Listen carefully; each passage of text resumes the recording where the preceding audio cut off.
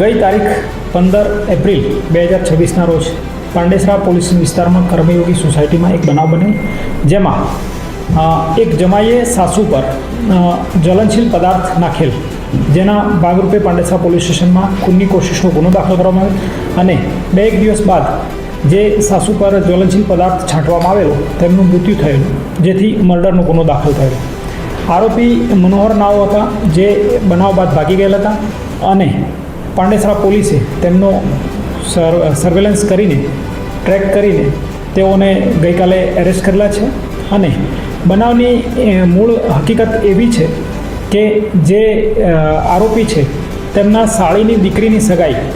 જે ફરિયાદી છે આશાબેન, એમની દીકરીની સગાઈ આરોપી બીજી જગ્યાએ કરવા માગતા હતા અને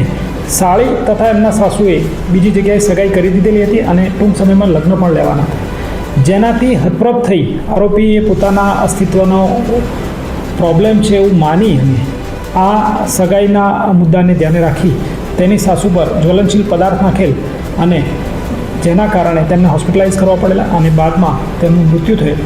જેથી મર્ડરનો ગુનો દાખલ કરી આગળની તપાસ પોલીસ ઇન્સ્પેક્ટર શ્રી કે ડી જાડેજા સાહેબનો ચલાવી રહેલ છે અને તેમના વિરુદ્ધ પુરાવા એકત્રિત કરવાની કાર્યવાહી ચાલુ છે.